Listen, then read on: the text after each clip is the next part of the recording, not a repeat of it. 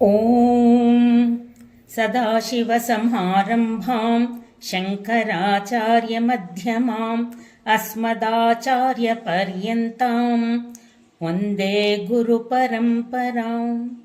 ದಯಾಕರಂ ದಯಾಕಾರಂ ದಾಂತಂ ಧರ್ಮಪ್ರವರ್ತಕಂ ಪ್ರಣಮಾಮಿ ದಯಾನಂದಂ ಮದಾಚಾರ್ಯವರಂ ಪರಂ.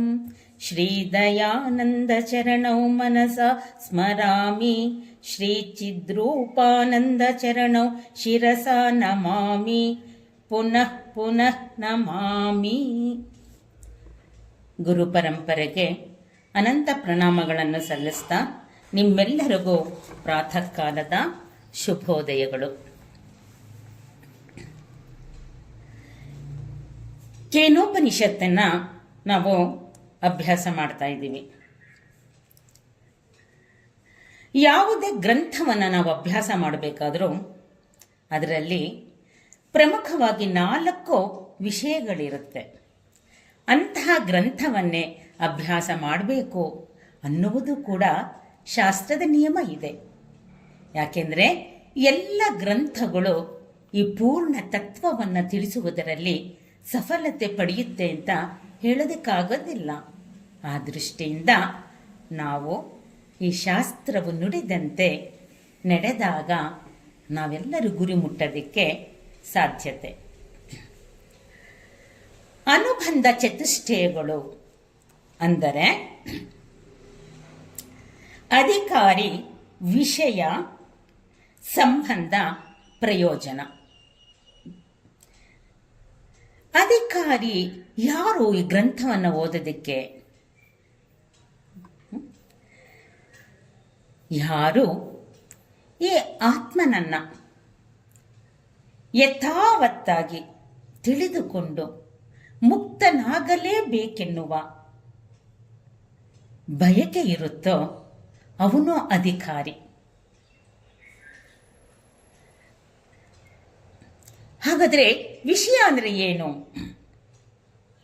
ಆ ಗ್ರಂಥದಲ್ಲಿ ಆ ಆತ್ಮನನ್ನ ಯಥಾವತ್ತಾಗಿ ತಿಳಿಸುವಂತಹ ವಿಷಯವಿದ್ದರೆ ಮಾತ್ರ ಆ ಗ್ರಂಥವು ಅಭ್ಯಾಸ ಮಾಡುವುದಕ್ಕೆ ಮಾರ್ಗವನ್ನು ತೋರಿಸುತ್ತೆ.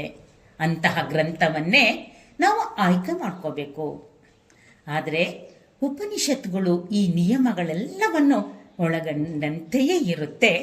ಆದರೂ ಕೂಡ ನಾವು ಈ ವಿಷಯವನ್ನು ಸ್ಪಷ್ಟಪಡಿಸ್ಕೊಳ್ಳೋಣ ಅನ್ನುವ ದೃಷ್ಟಿಯಿಂದ ಈ ಅನುಬಂಧ ಚತುಷ್ಟಯದ ವಿಚಾರವನ್ನು ಮಾಡ್ತಾ ಇದ್ದೀವಿ. ಗ್ರಂಥದ ವಿಷಯವೂ ಕೂಡ ಆ ಒಂದು ಸ್ಟಾರ್ಟಿಂಗೇ ತಿಳಿಸ್ಬಿಡುತ್ತೆ. ಕೇನೋಪನಿಷತ್ತು ಅಂತ. ಕೇನ ಅಂದರೆ ಯಾರಿಂದ ಈ ಜ್ಞಾನವನ್ನು ನಾನು ಪಡೀತಾ ಇದ್ದೀನಿ ಅನ್ನುವ ವಿಷಯವನ್ನು ಇದು ಪ್ರಧಾನವಾಗಿ ತಿಳಿಸುತ್ತೆ ಉಪನಿಷತ್ತು. ಯಾರಿಂದ ಅಂದರೆ ಯಾರಿಂದ ನಾವು ಎಲ್ಲವನ್ನು ತಿಳ್ಕೊಂತಿದ್ದೀವೋ ಆ ಯಾರು ಎನ್ನುವುದನ್ನು ತಿಳಿಸುವಂತಹ ಗ್ರಂಥವಿದು. ಅದೇ ಗ್ರಂಥದ ವಿಷಯ. ಇನ್ನು ಈ ಅವಿದ್ಯಾ ಕಾಮ ಕರ್ಮಗಳು ಅಥವಾ ನಮ್ಮಲ್ಲಿರುವಂತಹ ಅಜ್ಞಾನವನ್ನು ತೊಲಗಿಸಿ ಇಲ್ಲಿ ಜ್ಞಾನವನ್ನು ಪಡೆದು ಮುಕ್ತಿಯನ್ನು ಹೊಂದುವುದೇ ಈ ಗ್ರಂಥದ ಸಂಬಂಧ. ಅಂತಹ ಸಂಬಂಧವನ್ನು ಕೊಡುವಂತಹ ಗ್ರಂಥವೇ ಈ ಕೇನೋಪನಿಷತ್ತು. ಪ್ರಯೋಜನ ಏನು? ಹಾಗಾದರೆ ಮುಕ್ತಿಯೇ ಪ್ರಯೋಜನ. ಅಧಿಕಾರಿ, ವಿಷಯ, ಸಂಬಂಧ ಹಾಗೂ ಪ್ರಯೋಜನ ಈ 4 ಕೂಡ ಅನುಬಂಧ ಚತುಷ್ಟಯ ಅಂತ ಹೇಳುತ್ತೆ ಶಾಸ್ತ್ರ. ಈ ಕೇನೋಪನಿಷತ್ತಿನ ಈ ಮಂತ್ರಗಳೆಲ್ಲವನ್ನು ಕೂಡ ನಾವು ವಿಚಾರ ಮಾಡಿದ್ದಾದರೆ ಈ 4 ಚತುಷ್ಟಯಗಳು ಕೂಡ ಈ ಉಪನಿಷತ್ತಿನಲ್ಲಿ ಕೂಡಿ ಬಂದಿದೆ. ಆದ್ದರಿಂದ ಈ ಗ್ರಂಥದ ಅಭ್ಯಾಸವನ್ನು ನಾವು ಮಾಡೋಣಂತೆ. ಗ್ರಂಥವನ್ನು ಪ್ರಾರಂಭ ಮಾಡುವ ಮೊದಲು ಶಾಂತಿ ಪಾಠ ಇರುತ್ತೆ. ನಾವು ವಿಚಾರ ಮಾಡಿದ್ವಿ, ಎಲ್ಲ ಉಪನಿಷತ್ತುಗಳಿಗೂ ತನ್ನದೇ ಆದಂತಹ ಶಾಂತಿ ಮಂತ್ರ ಇರುತ್ತೆ ಅಂತ. ಅದರಲ್ಲಿ ಈ ಕೇನೋಪನಿಷತ್ತಿನ ಶಾಂತಿ ಮಂತ್ರವನ್ನು ಪಾಠ ಮಾಡೋಣಂತೆ. ಓಂ ಆಪ್ಯಾಯಂತು ಮಮಾಂಗಾನಿ ವಾಕ್ ಪ್ರಾಣಶ್ಚಕ್ಷುಶ್ರೋತ್ರಂ ಅಥೋ ಬಲಮಿಂದ್ರಿಯಾಣಿ ಚ ಸರ್ವಾಣಿ ಸರ್ವಂ ಬ್ರಹ್ಮೋಪನಿಷದಂ ಮಾಹಂ ಬ್ರಹ್ಮ ನಿರಾಕುರ್ಯಾಂ ಮಾ ಬ್ರಹ್ಮ ನಿರಾಕರೋತ್ ಅನಿರಾಕರಣಮಸ್ತು ಅನಿರಾಕರಣಂ ಮೇ ಅಸ್ತು ತದಾತ್ಮನಿ ನಿರತೇಯ ಉಪನಿಷತ್ಸು ಧರ್ಮಾಃ ತೇ ಮಯಿ ಸಂತು ಓಂ ಶಾಂತಿ ಶಾಂತಿ ಶಾಂತಿ. ಆತ್ಮೀಯರೇ, ಈಗ ಕೇನೋಪನಿಷತ್ತಿನ ಮೊದಲನೆಯ ಮಂತ್ರವನ್ನು ಅಭ್ಯಾಸ ಮಾಡೋಣಂತೆ. ಕೇನೇಷಿತಂ ಪತತಿ ಪ್ರೇಷಿತಂ ಮನಃ ಕೇನ ಪ್ರಾಣಃ ಪ್ರಥಮಃ ಪ್ರೈತಿಯುಕ್ತಃ ಕೇನೇಷಿತಾಂ ವಾಚಮಿಮಾಂ ವದಂತಿ ಚಕ್ಷುಶ್ರೋತ್ರಂ ಕೌಹು ದೇವೋ ಯುನಕ್ತಿ. ಈ ಒಂದು ಮಂತ್ರದ ಅನ್ವಯ ಸಮೇತ ನಾವು ಈ ಪದಗಳ ಅರ್ಥವನ್ನ ತಿಳಿತಾ ಹೋಗೋಣಂತೆ. ಕೇನ ಯಾರ, ಇಷಿತಂ ಇಚ್ಛೆಯಿಂದ, ಮನಃ ಮನಸ್ಸು ತನ್ನ ವಿಷಯದಲ್ಲಿ ಸಂಕಲ್ಪ ವಿಕಲ್ಪದಲ್ಲಿ, ಪತತಿ ಬೀಳುತ್ತದೆ, ಪ್ರೇಷಿತಂ ಪ್ರೇರಣೆಗೊಂಡು. ಇನ್ನು ಎರಡನೇ ಸಾಲಿನಲ್ಲಿ ತಿಳಿಸ್ತಾ ಇದ್ದಾರೆ. ಕೇನ ಯಾರ, ಯುಕ್ತ ಸಂಬಂಧದಿಂದ, ಪ್ರಾಣ ಪ್ರಾಣವು, ಪ್ರಥಮ ಎಲ್ಲದಕ್ಕಿಂತ ಮೊದಲು, ಪ್ರೈತಿ ಕಾರ್ಯ ನಿರ್ವಹಿಸುತ್ತದೆ. ಮತ್ತೆ ಮುಂದಿನ ಸಾಲಿನಲ್ಲಿ ಕೇನ ಯಾರ, ಇಷಿತಾಂ ಇಚ್ಛೆಯಂತೆ, ಇಮಾಂ ಈ, ವಾಚಂ ವಾಕ್ಶಕ್ತಿಯು, ವದತಿ ಮಾತನಾಡುತ್ತದೆ, ಚಕ್ಷುಹು ದೃಷ್ಟಿಯ ಶಕ್ತಿಯು, ಉ ಮತ್ತು ಶ್ರೋತ್ರಂ ಶ್ರವಣ ಶಕ್ತಿಯನ್ನು, ಕಹ ಯಾವ, ದೇವಃ ದೇವತೆ, ಯುನಕ್ತಿ ನಿಯಂತ್ರಿಸುತ್ತದೆ. ಹೀಗೆ ಶ್ಲೋಕವನ್ನು ನಾವು ಅನ್ವಯ ಮಾಡಿಕೊಂಡು ಅಭ್ಯಾಸ ಮಾಡಿದ್ದಾದರೆ ಆ ಅರ್ಥವನ್ನು ನಾವು ಗ್ರಹಿಸುವುದಕ್ಕೆ ಸುಲಭವಾಗುತ್ತೆ. ಇದರ ಭಾವಾರ್ಥವನ್ನು ಕೂಡ ನಾವು ನೋಡೋಣಂತೆ. ಯಾರ ಸನ್ನಿಧಿ ಮಾತ್ರದಿಂದಾಗಿ ಮನಸ್ಸು ತನ್ನ ಸಂಕಲ್ಪ ವಿಕಲ್ಪದಲ್ಲಿ ಬೀಳುತ್ತದೆ, ಯಾರ ಪ್ರೇರಣೆಯಿಂದಾಗಿ ಎಲ್ಲದಕ್ಕಿಂತ ಮುಖ್ಯವಾದ ಪ್ರಾಣವು ಕಾರ್ಯನಿರ್ವಹಿಸುತ್ತದೆ, ಯಾರು ಇಷ್ಟಪಡುವುದರಿಂದಾಗಿ ವಾಗೀಂದ್ರಿಯವು ಶಬ್ದಗಳನ್ನು ಉಂಟು ಮಾಡುತ್ತದೆ, ಮತ್ತು ಯಾರ ಸನ್ನಿಧಿಯಿಂದಾಗಿ ಕಣ್ಣುಗಳು ಮತ್ತು ಕಿವಿಗಳು ಕಾರ್ಯ ಮಾಡುತ್ತವೋ ಆ ಚೈತನ್ಯಯುಕ್ತ ಜೀವಿ ಯಾರು. ಆತ್ಮೀಯರೇ, ಈ ಒಂದು ಮಂತ್ರವನ್ನ ಪರಿಪಕ್ವರಾದಂತಹ ಶಿಷ್ಯರು ಗುರುಗಳ ಬಳಿ ಬಂದು ಕೇಳ್ತಾರೆ.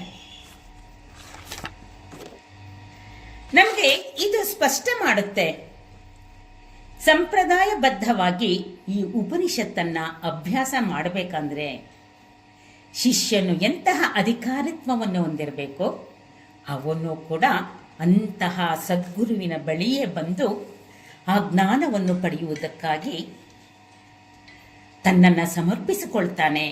ಜೊತೆಗೆ ಸಮಿತ್ಪಾಣಿಯಾಗಿ ತನ್ನ ಶರಣಾಗತಿಯನ್ನ ಆ ಗುರುವಿನಲ್ಲಿ ತೋರಿಸ್ತಾ ಈ ಜ್ಞಾನವನ್ನು ಪಡಿತಾನೆ ಎನ್ನುವಂತಹ ಸಂಪ್ರದಾಯವು ನಾವು ಈ ಉಪನಿಷತ್ತಿನ ಪ್ರಾರಂಭದಲ್ಲೇ ನಾವು ನೋಡ್ತಾ ಇದ್ದೀವಿ.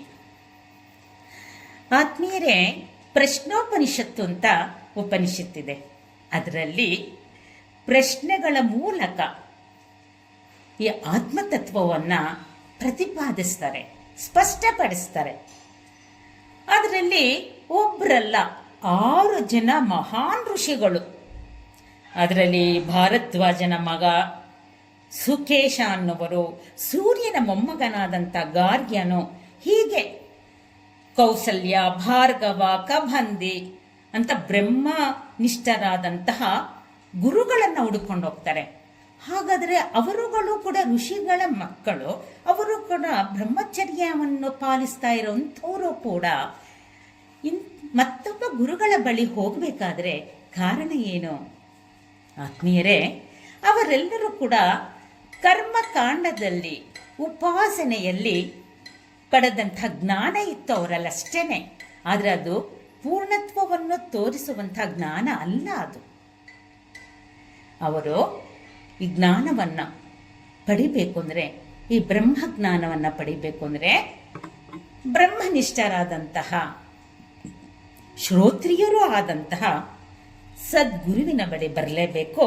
ಅದರಂತೆ ಆ ಪ್ರಶ್ನೋಪನಿಷತ್ತಿನಲ್ಲಿ ಪಿಪ್ಪಲಾದ ಎನ್ನುವ ಸರ್ವಜ್ಞನಾದಂತಹ ಗುರುವಿನ ಬಳಿ ಬರ್ತಾರೆ. ಆದರೆ ಆತ್ಮೀಯರೇ, ಉಪನಿಷತ್ತು ಸಾಮಾನ್ಯ ಅಲ್ಲ. ಆ ಉಪನಿಷತ್ತನ್ನು ಕೇಳಬೇಕಾದ್ರೆ ಆ ಶಿಷ್ಯರ ಗುರುವನ್ನು ಭಗವಂತ ಅಂತ ಹೇಳಿ ಕರೀತಾರೆ. ಆತ್ಮೀಯರೇ, ಆ ರೀತಿ ಗೌರವವನ್ನು ಕೊಡ್ತಾರೆ. ಎಲ್ಲಿಯ ತನಕ ನಾವು ಗುರುವಿನಲ್ಲಿ ಆ ಒಂದು ರೀತಿಯಲ್ಲಿ ನಾವು ನೋಡೋದಿಲ್ವಾ, ಗುರು ಎಂದು ನಾನು ನೋಡೋದಿಲ್ವಾ, ಅಲ್ಲಿಯ ತನಕ ನನಗೆ ಜ್ಞಾನ ಲಭಿಸುವುದು ಕಷ್ಟ. ಆತ್ಮೀಯರೇ, ನಾನು ಅನ್ಯವಾದಂತಹ ರೀತಿಯಲ್ಲಿ ನಾನು ನೋಡಿದ್ದೆ ಆದರೆ ಆ ಜ್ಞಾನ ತಲುಪಲಾರದು. ಹೇಗೆ ಗುರು ತನ್ನನ್ನು ಸಮರ್ಪಿಸಿಕೊಂಡು ಬರ್ತಾನೋ ಅದರಂತೆಯೇ ಶಿಷ್ಯನಿಗೆ ಬೋಧನೆ ಮಾಡ್ತಾನೆ. ಆ ಶಿಷ್ಯನೂ ಕೂಡ ಗುರುವಿನಲ್ಲಿ ತನ್ನನ್ನು ಸಮರ್ಪಣೆಯಂತೆ ಆ ಜ್ಞಾನವನ್ನು ಪಡಿತಾ ಹೋಗ್ತಾನೆ. ಉಪನಿಷತ್ತನ್ನುವುದು ಸಾಮಾನ್ಯ ವಿಷಯ ಅಲ್ಲ ಆತ್ಮೀಯರೇ. ಅಂತ ಮಹತ್ತರವಾದಂತಹ ಜ್ಞಾನಪ್ರದವಾದಂತಹ ಮುಕ್ತಿಯನ್ನು ಹೊಂದಬೇಕಾದರೆ ಈ ಜ್ಞಾನವನ್ನು ಪಡೆದಾಗ ಮಾತ್ರ ಆ ಉಪನಿಷತ್ಗಳು ಪೂರ್ಣವಾಗಿ ಪೂರ್ಣತ್ವದ ಜ್ಞಾನವನ್ನೇ ಕೊಡುತ್ತೆ. ಆದ್ದರಿಂದ ಶಿಷ್ಯರಲ್ಲಿ ಎಂತಹ ಸ್ವಾಮಿತ್ವವಿರುತ್ತೋ ಅದರಂತೆ ಗುರುವಿನಲ್ಲಿ ಪಡಿತಾ ಹೋಗ್ತಾನೆ ಅವನು. ಅದರಂತೆ ಕೇನೋಪನಿಷತ್ತಿನಲ್ಲೂ ಕೂಡ ಪ್ರಾರಂಭದಲ್ಲಿ ಶಿಷ್ಯರು ಗುರುಗಳನ್ನು ಕೇಳ್ತಾ ಇದ್ದಾರೆ ಪ್ರಶ್ನೆಗಳ ಮೂಲಕ. ಆದರೂ ಇಂತಹ ಪ್ರಶ್ನೆಗಳು ಆ ಶಿಷ್ಯರಲ್ಲಿ ಬರಬೇಕು ಅಂದರೆ ಆ ಶಿಷ್ಯರು ಕೂಡ ಇಂತಹ ಪರಿಪಕ್ವವಾದಂತಹ ಶುದ್ಧವಾದ ಅಂತಃಕರಣದಲ್ಲಿ ತಾನು ತಿಳಿದಂತಹ ವಿದ್ಯೆಯಿಂದ ತಾನು ಪೂರ್ಣತ್ವ ಪಡೆದಿಲ್ಲ, ಆದ್ದರಿಂದ ಈ ಜ್ಞಾನವನ್ನು ನನಗೆ ನೀಡಿ ಎಂದು ಗುರುವಿನ ಬಳಿ ಈ ಪ್ರಶ್ನೆಗಳ ಮೂಲಕ ತಮ್ಮ ಸಂಶಯವನ್ನು ನಿವಾರಣೆ ಮಾಡ್ಕೊಳ್ತಾ ಇದ್ದಾರೆ. ಅದರಂತೆ ಕೇನ ಇಷಿತಂ ಮನಃ ಪತತಿ. ಶಿಷ್ಯ ಕೇಳ್ತಾ ಇದ್ದಾನೆ, ಯಾರಿಂದ ಅಥವಾ ಯಾರ ಇಷ್ಟದಂತೆ ಈ ಮನಸ್ಸು ಬೀಳ್ತಾ ಇದೆ? ಇದು ಮೊದಲನೆಯ ಪ್ರಶ್ನೆ. ಯಾಕೆಂದ್ರೆ ಮನಸ್ಸಿನ ಆಟ ನಮಗೆ ಗೊತ್ತಿದೆ ಅಲ್ವಾ? ಸದಾ ಕಾಲ ಸಂಕಲ್ಪ ವಿಕಲ್ಪಗಳಿಂದ, ಇಷ್ಟ ಅನಿಷ್ಟಗಳ ವೃತ್ತಿಗಳಿಂದ ಚಂಚಲವಾದಂತಹ ಈ ಮನಸ್ಸಿನಲ್ಲಿ ಬರುವಂತಹ ಈ ವಿಷಯಗಳು ಯಾರ ಇಚ್ಛೆಯಿಂದ ಉಂಟಾಗ್ತಿದೆ ಅಥವಾ ಯಾರ ಪ್ರೇರಣೆಯಿಂದ ಈ ಮನಸ್ಸು ಕಾರ್ಯನಿರ್ವಹಿಸ್ತಾ ಇದೆ ಅನ್ನುವುದೇ ಶಿಷ್ಯರ ಮೊದಲನೆಯ ಪ್ರಶ್ನೆ.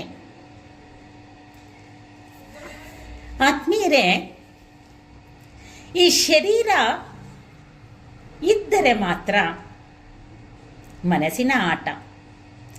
ಹಾಗಾದ್ರೆ ಇವರು ಮನಸ್ಸನ್ನ ತಗೊಂಡ್ರಲ್ಲ ಪ್ರಾರಂಭದಲ್ಲೇ ಉಪನಿಷತ್ತಿನಲ್ಲಿ, ಅಂದ್ರೆ ಈ ಮನಸ್ಸು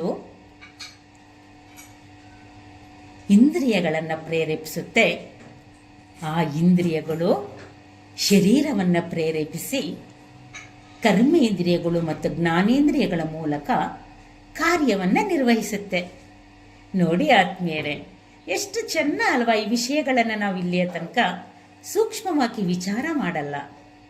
ಇಲ್ಲಿ ಉಪನಿಷತ್ತು ಪ್ರಾರಂಭದಲ್ಲೇ ಈ ವಿಷಯವನ್ನು ಹೇಳ್ತಾ ಇದೆ. ಈ ಶರೀರವು ಜಡ. ಈ ಶರೀರವು ಕಾರ್ಯ ಮಾಡಬೇಕಾದ್ರೆ ನನ್ನ ಇಂದ್ರಿಯಗಳನ್ನು ಪ್ರಚೋದಿಸಬೇಕು. ಇವಾಗ ನನ್ನ ಕರ್ಮೇಂದ್ರಿಯವಾದಂತಹ ನನ್ನ ಕೈ ಮೂಲಕ ನಾನು ಈ ಒಂದು ವಿಷಯವನ್ನು ಬರ್ಕೊಳ್ಬೇಕು ಅಂತ ಅಂದರೆ ಕೈ ಎನ್ನುವ ಕರ್ಮೇಂದ್ರಿಯ ಬೇಕು. ಅಷ್ಟು ಸಾಲಲ್ಲ ಆತ್ಮೀಯರೇ, ಇದನ್ನು ಕೇಳುವಂತಹ ಕಿವಿಗಳು ಇರಬೇಕು ಅಲ್ವಾ? ಜ್ಞಾನೇಂದ್ರಿಯವಾದಂತಹ ಕಿವಿಗಳ ಮೂಲಕ ನಾನಿದನ್ನು ಕೇಳ್ಕೋಬೇಕು, ಬರ್ಕೊಳ್ಬೇಕು. ಆದರೆ ಆತ್ಮೀಯರೇ, ಕೈಗೆ ಯಾವ ಶಕ್ತಿನೂ ಇಲ್ಲ.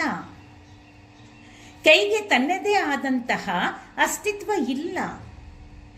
ಇಂದ್ರಿಯಗಳ ಮೂಲಕ ಕೇಳಿದ್ದನ್ನ ಮಾತ್ರ ಕೈ ಬರ್ಕೊಳ್ಳುತ್ತೆ.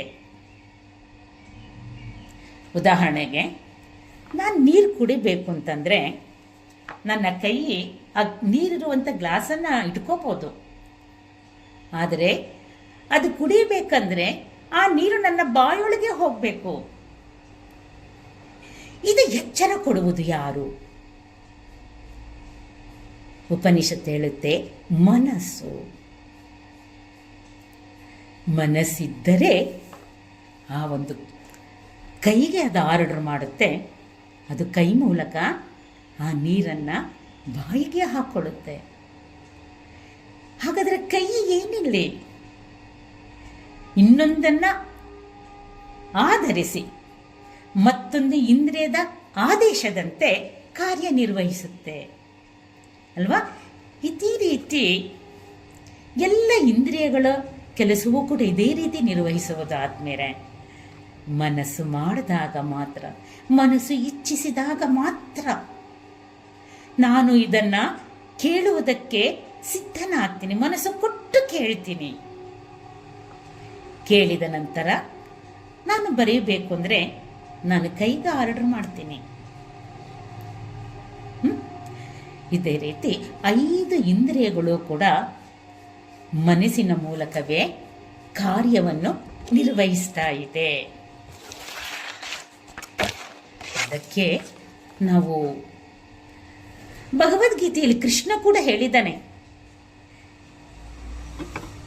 ಪ್ರಸ್ಥಾನತ್ರಯಗಳಲ್ಲಿ ಒಂದಾದ ಭಗವದ್ಗೀತೆಯು ಕೂಡ ಉಪನಿಷತ್ಗಳ ಸಾರಾಂಶವೇ ತುಂಬಿದೆ ಆದ್ಮೇಲೆ. ಅದರಲ್ಲಿ ಕೃಷ್ಣ 15ನೇ ಅಧ್ಯಾಯದಲ್ಲಿ ಹೇಳ್ತಾನೆ, ಶ್ರೋತ್ರಂ ಚಕ್ಷು ಸ್ಪರ್ಶನಂಚ ರಸನಂ ಘ್ರಾಣಮೇವಚ ಅಧಿಷ್ಠಾಯ ಮನಶ್ಚಾಯಂ ವಿಷಯಾನುಪ ಸೇವತೆ.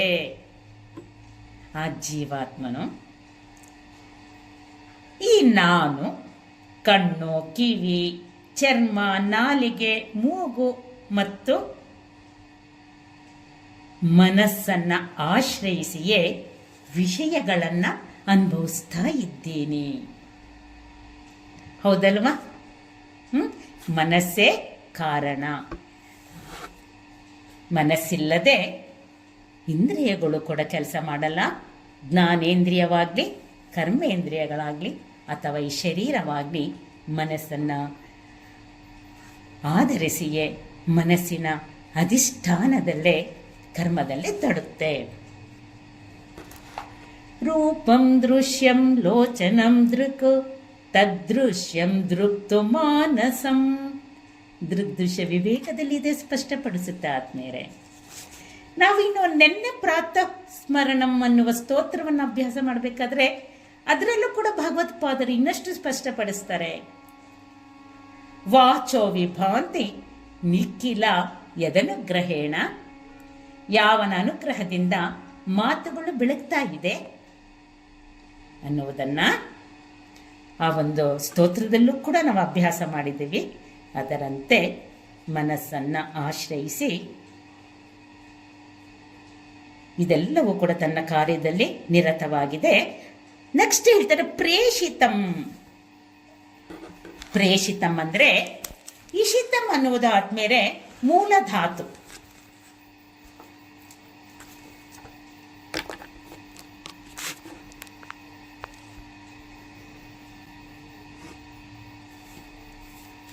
ಇಶ್ ಎನ್ನುವುದು, ಅದೇ ಪ್ರೇಷಿತಂ ಅನ್ನುವುದು ಕೂಡ ಪ್ರಾ ಅನ್ನುವ ಉಪಸರ್ಗವನ್ನ ಪ್ರಯೋಗಿಸಿ ಇಷಿತಂ ಪ್ರೇಷಿತಂ ಅನ್ನುವ ಶಬ್ದವನ್ನ ಈ ಒಂದು ಸಾಲಿನಲ್ಲಿ ಉಪಯೋಗ ಮಾಡಿದ್ದಾರೆ.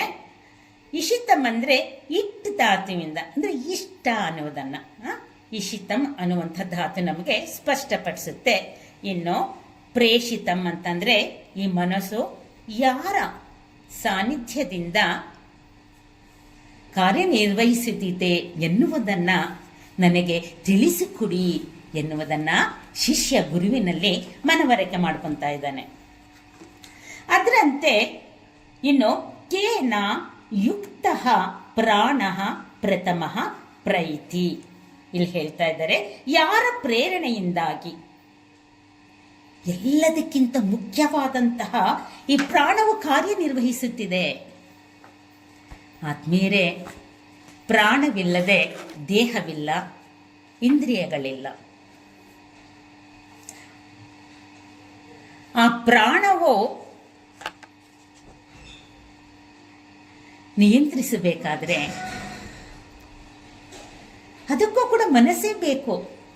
ಆದರೆ ಪ್ರಾಣವಿಲ್ಲದೆ ಏನೂ ಇಲ್ಲ, ಶರೀರವಿಲ್ಲ, ಇಂದ್ರಿಯಗಳು. ಶರೀರವೇ ಇಲ್ಲ ಅಂದರೆ ಇನ್ನು ಇಂದ್ರಿಯಗಳು ಇಲ್ಲವೇ ಇಲ್ಲ. ಅದಕ್ಕೆ ಇಲ್ಲಿ ಪ್ರಥಮ ಅಂತ ಹೇಳ್ತಾ ಇದ್ದ ಪ್ರಾಣವನ್ನ.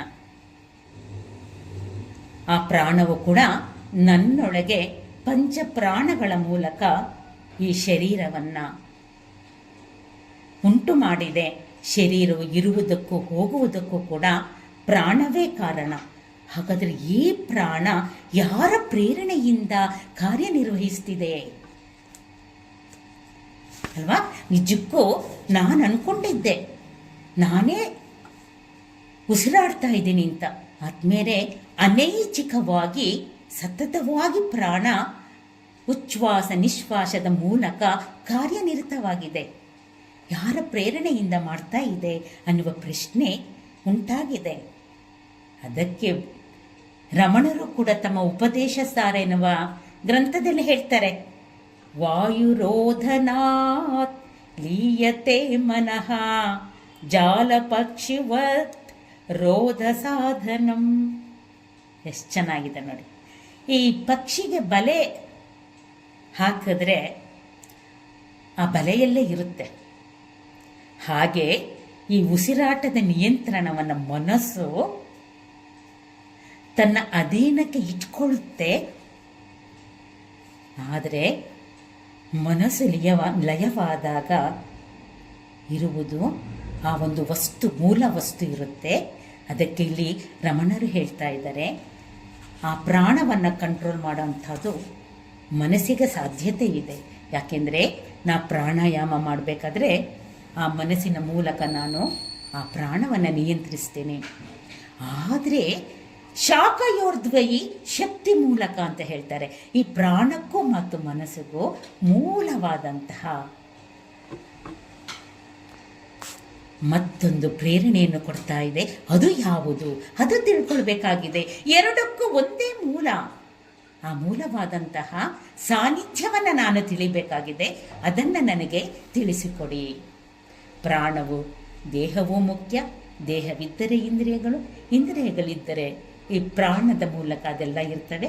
ಆದರೆ ಈ ಪ್ರಾಣವನ್ನು ನಿಯಂತ್ರಿಸುವಂತಹ ಮನಸ್ಸಿನ ಮೂಲಕ, ಮನಸ್ಸಿನ ಅಧಿಷ್ಠಾನದಲ್ಲಿ ಎಲ್ಲವೂ ಕೂಡ ಕಾರ್ಯ ನಡೀತಾ ಇದೆ.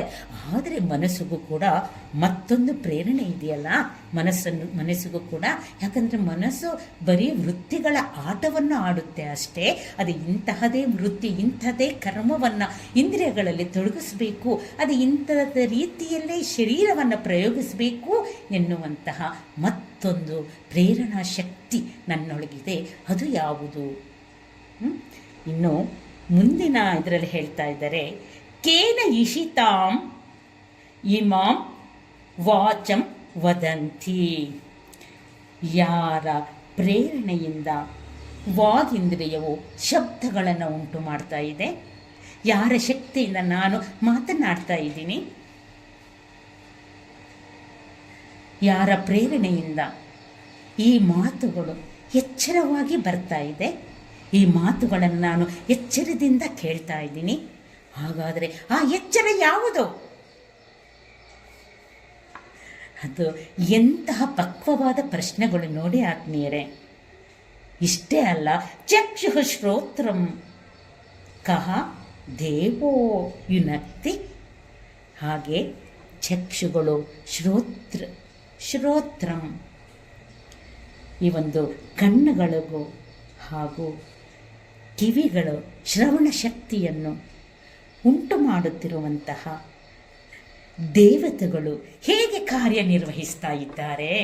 ಇಲ್ಲಿ ಬಹಳ ಮುಖ್ಯವಾದುದು ಆತ್ಮೀಯರೇ. ಪ್ರತಿಯೊಂದು ಇಂದ್ರಿಯಗಳಿಗೂ ತನ್ನದೇ ಆದಂಥ ದೇವತೆಗಳಿದೆ. ಕಣ್ಣಿಗೆ ಸೂರ್ಯ ದೇವತೆ ಇದ್ದಾನೆ. ಆ ಸೂರ್ಯನ ಶಕ್ತಿಯ ಮೂಲಕ ಕಣ್ಣು ಕಾರ್ಯನಿರ್ವಹಿಸ್ತಾ ಇದೆ. ಅಂತಹ ಸೂರ್ಯನಿಗೆ ಪ್ರೇರಣೆಯನ್ನು ಕೊಡುವಂತಹ ಮತ್ಯಾವ ಶಕ್ತಿ ಇದೆ? ಯಾಕೆಂದರೆ ದೇವತೆಗಳು ಕೂಡ ಈ ಸೃಷ್ಟಿಯ ಕಾರ್ಯದಲ್ಲಿ ಉಂಟಾದವಂಥವರು. ಆ ದೇವತೆಗಳಿಗೆ ಆತ್ಮೀಯರೇ ಇಂದ್ರಿಯಗಳು ಇದೆಲ್ಲ ಇಲ್ಲ. ದೇವತೆಗಳಿಗೆ ಕೇವಲ ಶಕ್ತಿಯ ಮೂಲಕ ಕಾರ್ಯವನ್ನು ನಿರ್ವಹಿಸ್ತಾ ಇದ್ದಾರೆ ದೇವತೆಗಳು. ಅದೇ ಪಂಚಭೂತಗಳನ್ನು ನಿರ್ವಹಿಸುತ್ತಿರುವಂತಹ ಪಂಚದೇವತೆಗಳು, ವಾಯುದೇವತೆ ಆಗಲಿ, ಅಗ್ನಿ ದೇವತೆ ಆಗಲಿ, ಇವರೆಲ್ಲರೂ ಕೂಡ ಆ ಪರಬ್ರಹ್ಮನ ವಿಶೇಷವಾದಂಥ ಶಕ್ತಿಯಿಂದ ನಡೀತಾ ಇದೆ. ಆದ್ದರಿಂದ ಆ ಪರಬ್ರಹ್ಮನನ್ನು ನಾನು ತಿಳಿಬೇಕು ಎನ್ನುವುದು ಇಲ್ಲಿ ಶಿಷ್ಯರ ಉದ್ದೇಶ ಆಗಿದೆ.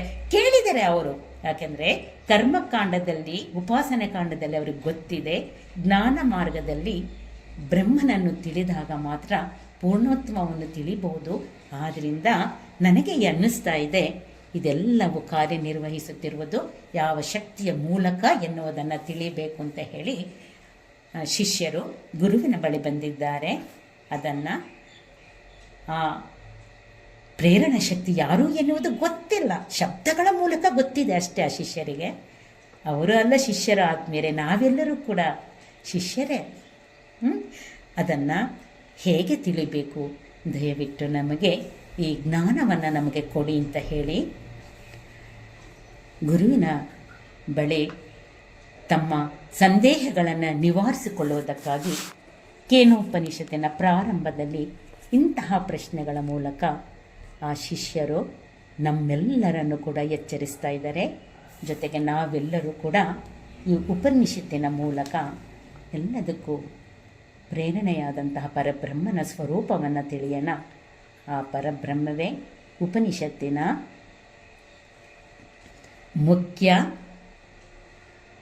ವಿಚಾರವಾಗಿದೆ ಆತ್ಮೀಯರೇ.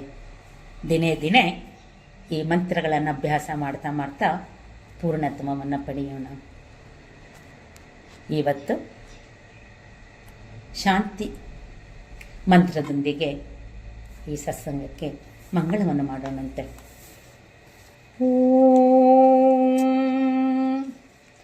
ಪೂರ್ಣಮದಃ ಪೂರ್ಣಮಿದಂ ಪೂರ್ಣಾತ್ ಪೂರ್ಣಮುದಚ್ಯತೆ ಪೂರ್ಣಸ್ಯ ಪೂರ್ಣಮಾದಾಯ ಪೂರ್ಣಮೇವಾವಶಿಷ್ಯತೆ. ಓಂ ಶಾಂತಿ ಶಾಂತಿ ಶಾಂತಿ.